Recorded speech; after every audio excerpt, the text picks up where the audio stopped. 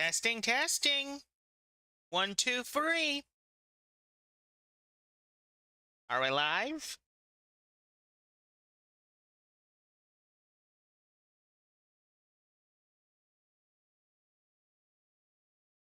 Testing, testing.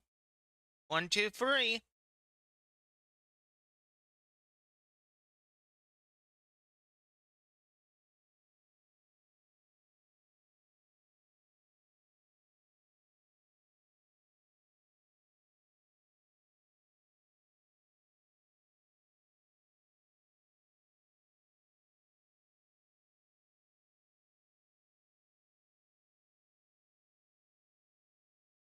Okay.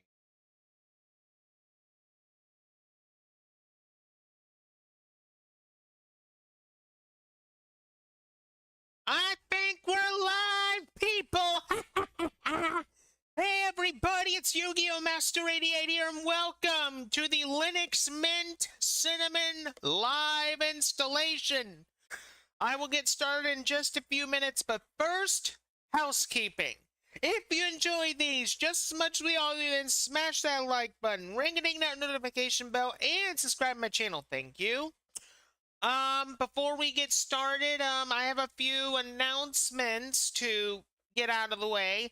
First and foremost, YouTube and Patreon content is officially up. I just uploaded a bunch of YouTube videos as well as a few Patreon videos. So if you want to see the new videos I put up on my YouTube channel, feel free to. Also, if you're one of my green penguin Patreon members or my red penguin Patreon members, both tiers each have a video. So if you're in one of those tiers or both, check out my new Patreon content. The green penguin tier is $3, and then the red penguin tier is $5.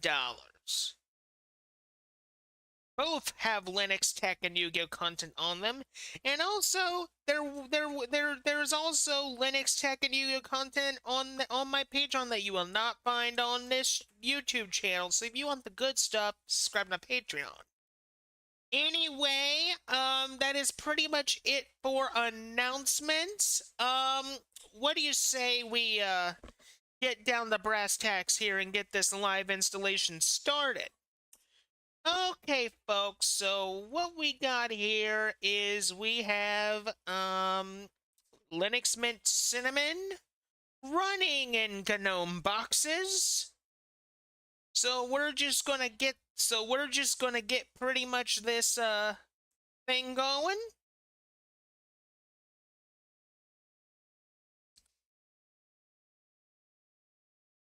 Okay, it'll take a few minutes, folks, for this virtual machine to warm up a little bit. I got it running on 4 gigs of RAM and 30 gigabytes of virtual space. So that's going to be plenty of time to look at Linux Mint Cinnamon 22.3.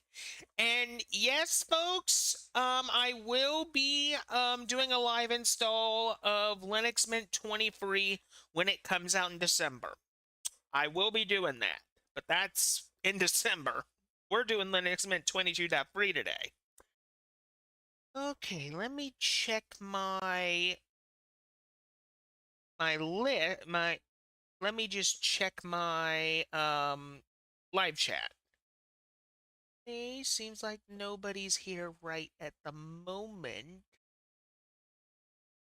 Okay, so let me just go back to here. Okay, folks, here is Linux Mint Cinnamon 22.3. So we're going to do a little H-top here just to see what we're working with in terms of, oh, it's not even installed. That's okay. We'll use top. So basically, folks, this is pretty much, the stats of our virtual machine here.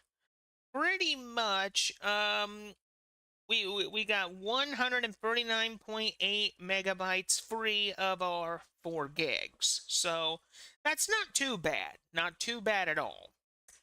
So we're just gonna say hasta la vista to that. And we are going to go through the installation. Just letting everybody know, this is the Ubiquiti installer. Um, as of the next version of Linux Mint that's coming out in December, they're going to be going away from Ubiquiti and going for a different installer that Linux Mint Debian Edition uses. So that's going to be a really good thing to see. So very excited that Linux Mint's getting a new installer. I don't hate Ubiquiti. It's just it's been around for so many years, and honestly, folks, it's just time to basically take it out back, put it out of its misery, and just let a much more modern and fresher installer take its place.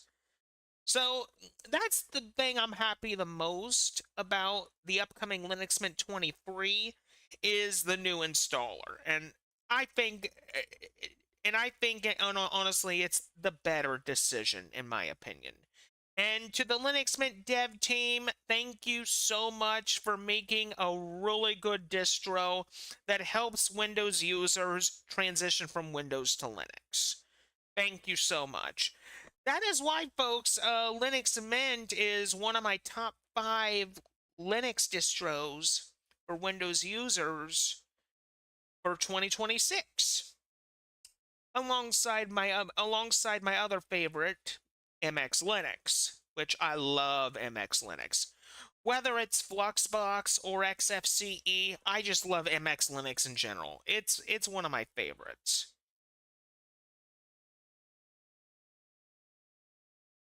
Okay, so we got our time zone right where we want it.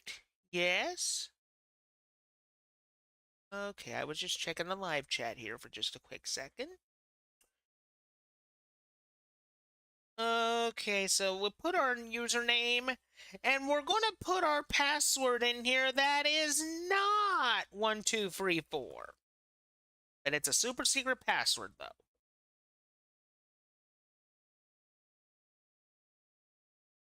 All right, this is going to install, so this will take a few minutes.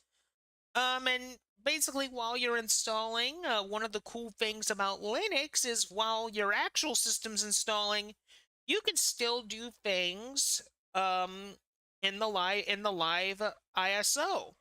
You could basically, write up a document, play a game. Well, if there were games in here, but there's not. But you can basically, surf the web, check your email, write up a document in LibreOffice, which I say, in my opinion, LibreOffice is the best alternative to Microsoft Office, bar none. Even though I don't use an Office client, I know for a fact it is wonderful free and open source software. Shout out to the to the LibreOffice devs too. Good job, guys. Okay.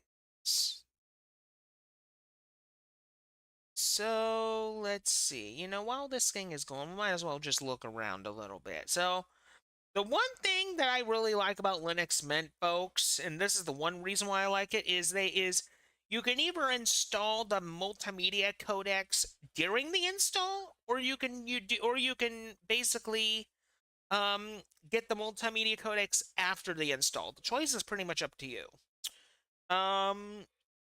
The one thing I also like about it is just the new cinnamon menu. I love this new menu. It is faster, it's better, I just love it. It's really good. I like this cinnamon menu better than the old cinnamon menu. The old one was just heavy, slow. I had to make modifications to it in order to make it better. Like I had to put a Windows 7 like menu in there. Now with this new cinnamon menu, I don't have to do that no more, which is really nice.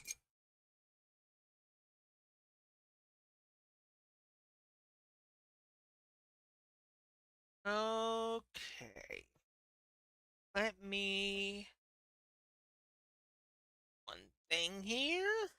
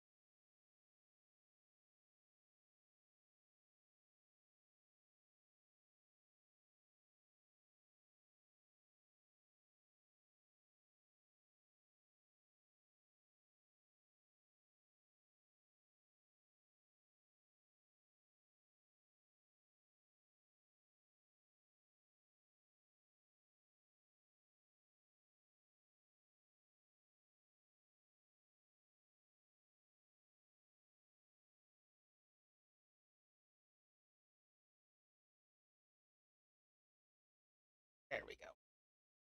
Just had to update an application on my iPhone, folks. Okay, how's this doing? Okay, good. The copying part of it is almost completed. Perfect. And just so I don't have to just alternate between the virtual machine and Firefox, I'm gonna pull up the live stream on my iPhone here. This way I can pretty much see who's joining the festivities and that sort of stuff. So let's see here. Don't worry, that I was just also making sure the audio was good, and thank goodness my audio is working. Okay.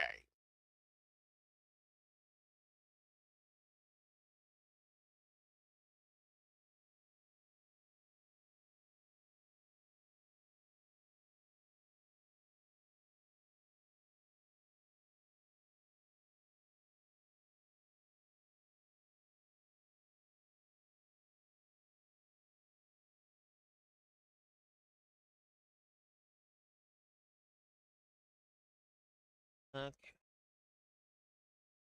Yeah, when it comes to these installs, folks, it's gonna take a few minutes.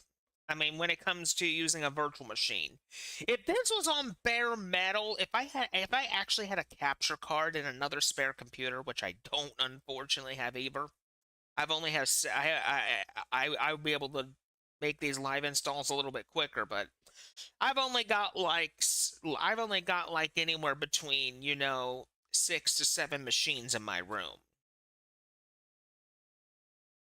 For those who don't know, I mean, I pretty much mess with computers and technology a lot. It's my passion, very big passion of mine. Okay. But yeah, one of the cool things about the installation of Linux Mint is they show you basically what types of packages and stuff is available. I mean, you can use VirtualBox to do some VM work. You even got Discord, which in my opinion is the most popular social media app of all time. Um, it used to be at one point Skype, but Skype was shut down a little while ago. So, Discord's been around since 2015, 2016, somewhere around there. I mean, the application's around 10 years old. And before I discovered Discord, I was on Skype 24/7. I use Skype all the time with my Yu-Gi-Oh buddies and my other friends. Skype was amazing. It's a shame that, Microsoft shut it down. I think Skype, in my opinion, could have gone on for another 5 to 10 years, in my opinion. But that's just me. But no, yeah. First live install that I've done in a good while, and just letting you all know there's going to be more live installations coming in the future. I just got to get them, I just got to, get them scheduled and stuff. That won't be until like much later on because just letting you all know, there's probably not going to be any activity in terms of live streaming next month because next month, folks, I'm going to be having surgery on my leg to fix a 2-year-old injury. So I'm going to be down for a little while as of May 22nd. So there probably might not be any live streams next month.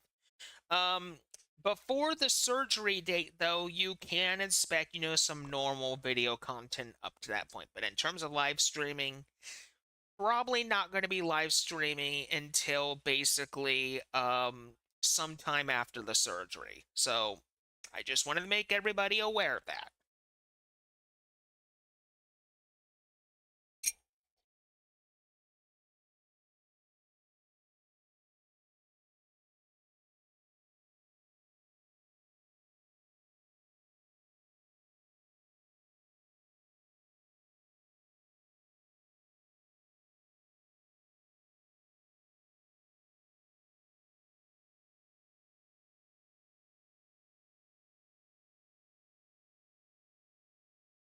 But I will say one other thing, folks. MX Linux and Linux Mint have been my pretty much home base operating systems for a very long time now. I do mess with Arch still, but it's for very, very specific use cases. With Linux Mint and MX Linux, I can do pretty much everything I need to do with those two operating systems. The only thing I really use Arch for currently is either to test out some Wayland stuff, test out a window manager, um, or test out a specific piece of software before, the stable version comes down the pipeline. Arch is pretty much great for, testing future versions of software that will have a stable version at one point. Like, for example, Arch has a much recent version of Firefox, while, MX Linux and Linux Mint, they both have the stable version of Firefox. So that's a very good use case for Arch is, just to test out the bleeding edge version, as I call it. This way I can be like, it's good, but how stable is the stable version gonna be? Think about it. Um now when it now when it comes to and when it also comes to Arch Linux, if I'm going to run Arch, it's gonna be basically straight Arch using either the good old Arch way of installing it or the Arch install, which I will say one thing about Arch install. It has come a heck of a long way since it was first introduced a number of years ago. I must say the Arch install script is gotten so good. It is amazing. While there are a few critiques to it that I do see, like for example, when you select, the desktop portion of this script where you can install either a desktop environment or a window manager. There are certain packages that I wish would be included in one or the other, or even both areas. But that's just my opinion.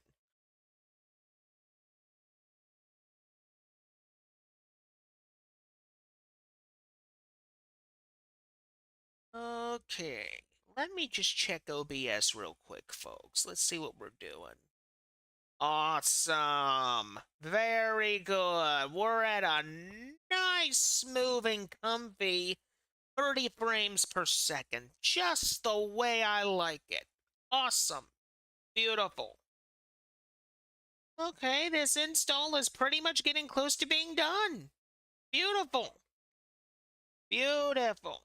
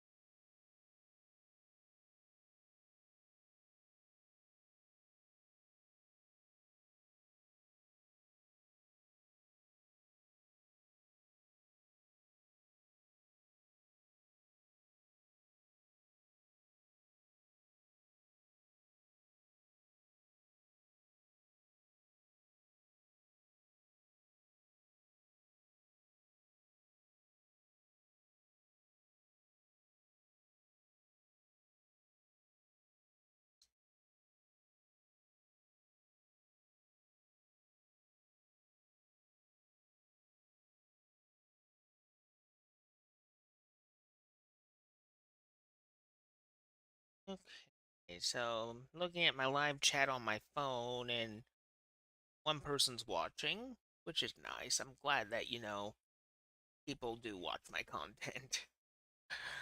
When it comes to managing a YouTube channel, folks, it can get frustrating, exhausting, and it can be a lengthy process. The way I make videos, folks, and I might as well just talk about this while this thing is installing. The way I make videos is very simple. I just record the video with OBS, and basically then comes the lengthy long process of um basically converting the M4V format into a WebM format, which takes a very long time. It can take 30 minutes, maybe an hour, or even more, but it depends on how long the video is as well. And then basically after it's converted from M4V to WebM format is when I pretty much excuse me, is when I pretty much upload it to YouTube. Um the type of software I use to convert videos is basically FFmpeg, which I find very easy to help with the conversion process. Other than that, I've never found an easier way of, converting videos from one format to another other than FFmpeg. But basically, that's pretty much a little summary of how, you know, the behind the scenes work happens. So, if there's anybody out there that is, getting into, you know, YouTubing for if anybody out there is getting into YouTubing and making a channel dedicated, to Linux and technology and computer content in general, um, find the software or applications that you feel is the easiest way to get your real work done.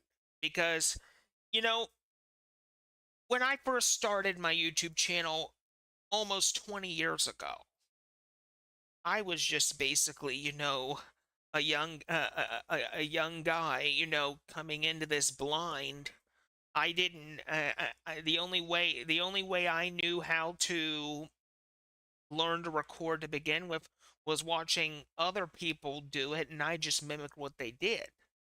And I didn't discover OBS until many years later. I remember when I was younger, I would use things like Camtasia or Cam Studio or Hypercam just, to get a video out. And back then, I wasn't even a Linux Tech and Yu-Gi-Oh content channel back then, back in 2008, which, by the way, that's how long, that's all my channel is.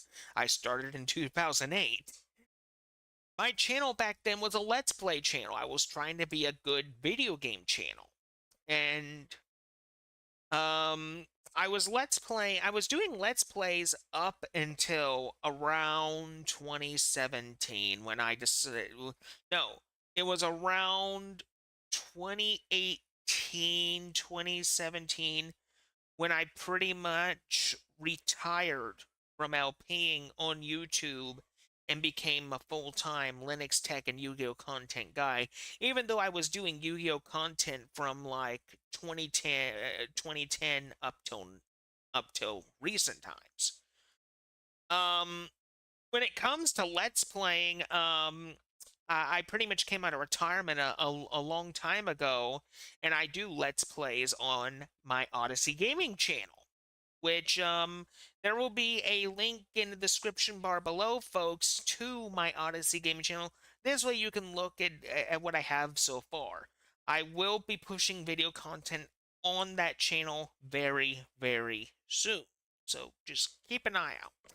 Anyway, folks, the Linux Mint live installation's done. Let's reboot the machine, and we will look and see what we have, because I do want to go over the applications and what all is included in a more in-depth basis, if you will. Okay.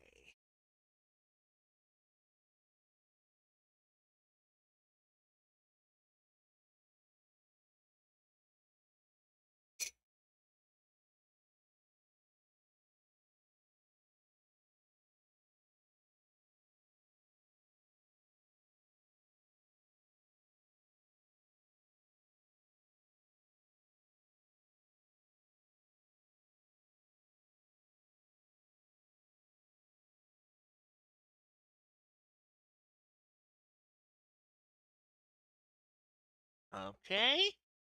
We're going to type in our password here.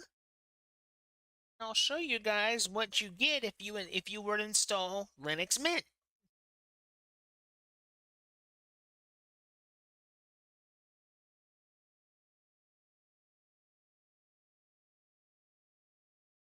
And there's the cinnamon startup sound. And what you get, folks, is here's our welcome screen. So this is pretty much what you get when you log into Linux Mint for the very first time. You get this welcome screen, and when you click the Let's Go button, it's going to give you some tasks to do in order to make the system pretty much your own. So the first thing is desktop colors. Now, when it comes to desktop colors, you can pretty much make it anything you want, really. What I like to do, folks, is I pretty much like to put into to dark mode, and I pretty much like to do the green coloring, which I find very appealing. But, there's also, other colors that you can use as well. Like, if you go with the orange-gray, you pretty much get the Ubuntu colors, because Ubuntu usually is orange. But then you also got, this purple, this pink, and all these other colors. You can pretty much make this any way you want, but for me, I like black and green, which I find very appealing. Then what you have, folks, is you have snapshots. And in order to access this, you have to enter a password. Now, I'm not going to go through this completely, but I will show you what happens. So, what it's going to do is it's going to calculate your system size. And then, once it's done its calculations, it's going to pretty much give you some instructions on how to do pretty much a system backup. And if there's one thing, folks, that I will advise anybody to do, no matter what system you have, whether it be Windows, whether it be Mac OS, whether it be Linux, whether it be FreeBSD. Heck, whether it be DOS or even Unix-like operating systems, always back up your always back up what's important to you, and always back up your system. You will never know when the time will come when your main system will break and you have to go in there and basically restore the backup you made. Always backup. So yeah. So basically, this is what time shift looks like, folks. So I'm not gonna go through it, but if you press the create button, it'll create a snapshot of your system.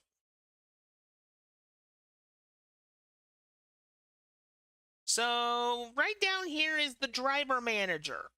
Now, the driver manager, what it's gonna do for your system is it's gonna check if your computer has any drivers available, whether it be proprietary or free and open source. So yeah, that's pretty much what this does. Since this is a virtual machine, there's not going to be a driver because all the virtual machine drivers are built in. Then you got the update manager, which I'm not going to go through and update the machine. What I'll tell you is all you do is just launch the button, and it'll give you instructions on how to update your system.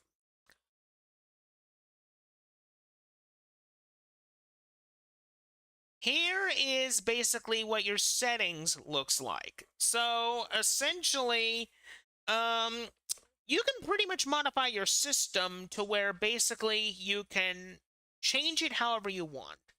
Like, say if you want to change your background, for example, there's all these cool backgrounds that you can apply to your system. Me personally, this one's really cool. I'll take this one. So, and then basically, if we go in here, you can change the effects of how your windows work. You can do pretty much traditional. You can pretty much do traditional, fly, move. You can pretty much do a fade animation. You can basically go on and on in how you want to customize your system. That's pretty much how settings work. Because you can basically do whatever you want. Oh, and also for those who have like a Nextcloud server like me, a Nextcloud cloud storage server, if you go to online accounts, folks, you can pretty much set up your Nextcloud right from in here because there's a section for that. So that's really cool. So that's pretty much a little bit on how you can customize your Linux Mint Linux system. So that's pretty much it for there.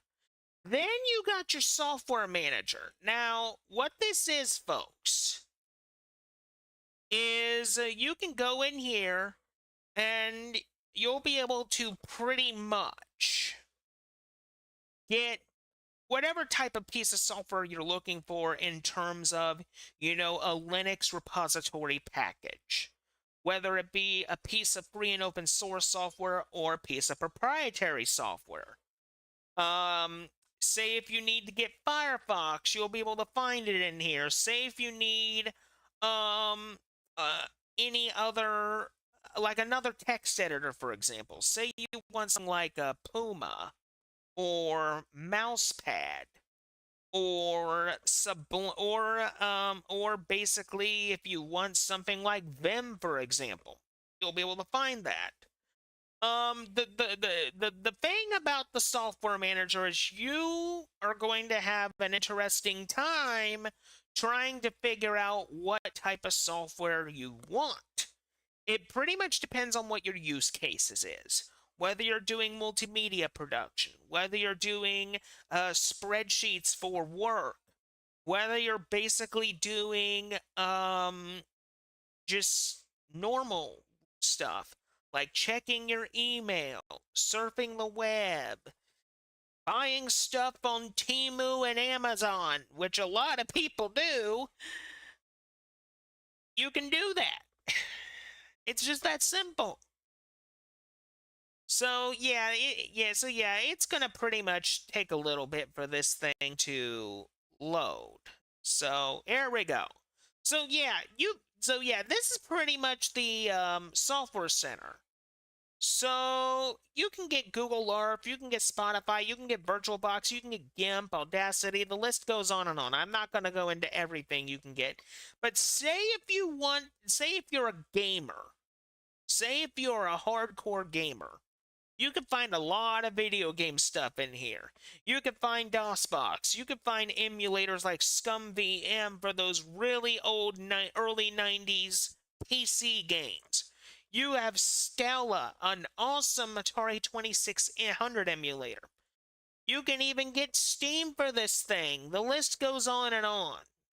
So that's pretty much the software center in a nutshell. Now you pretty much have your firewall. Now, I can't stress this enough, folks. Always have the firewall on, because it'll help protect your Linux machine security-wise from viruses, malware, trojans, aka .exe files.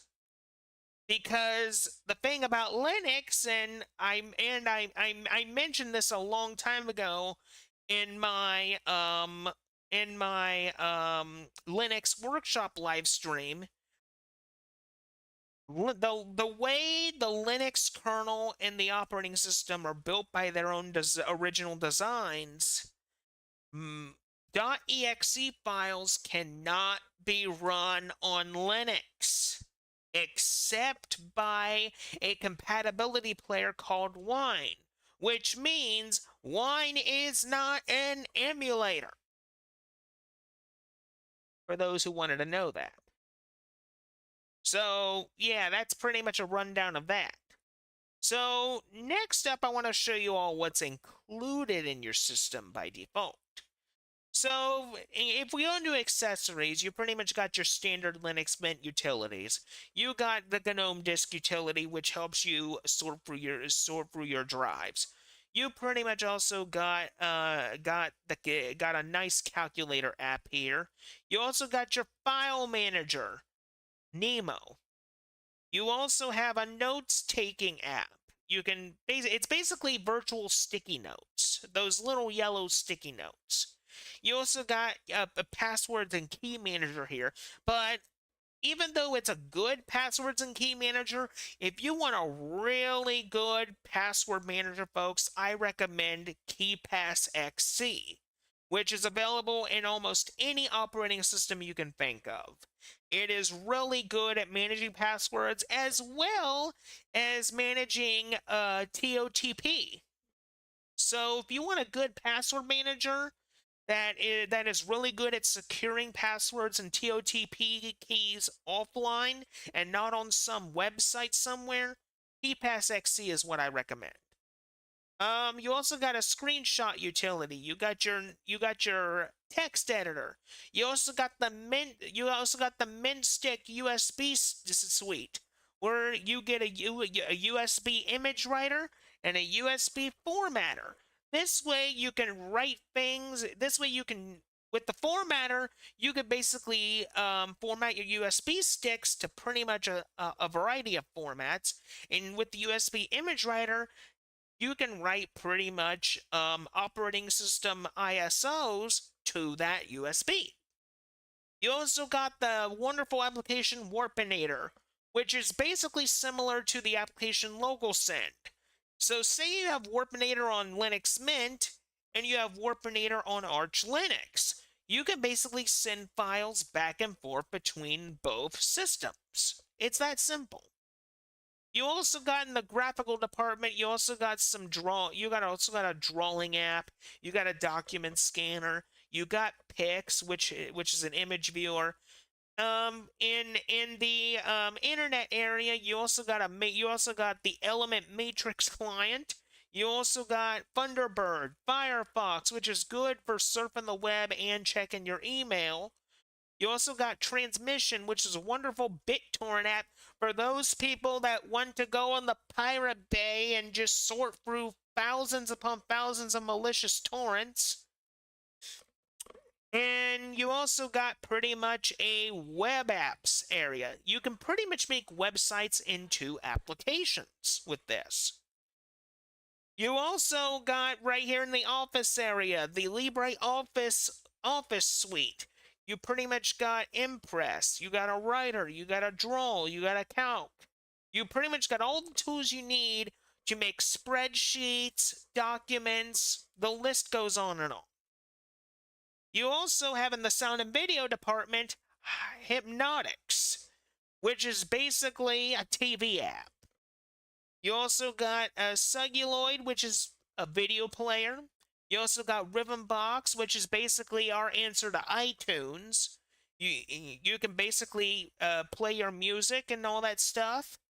In the preferences area is where you can change a lot of the settings about your system. Like I mentioned earlier, there's so many settings and functions that you can change with Linux Mint. In the administration, department, you pretty much got a lot of things I went over earlier. The driver manager is here. You also got a disk usage analyzer if you want to see how much space you have. You also got a fingerprint application which allows you to set up your biofeedback device like a fingerprint reader. You also got power statistics, which gives you information about your system. You can also check on your printers here. Say if you have an HP, a Brother printer, the list goes on and on. You can have your printer working in Linux, no problem. And here's the software manager. You also got software sources. You also basically got the updater, users and groups, that type of stuff. And that's pretty much everything you get when it comes to Linux Mint. My final thoughts are this, people. If you want a nice operating system that has a Windows look and feel, but is different and unique, and it allows you to get your real work done, I recommend either Linux Mint or MX Linux. Choose whichever one you want.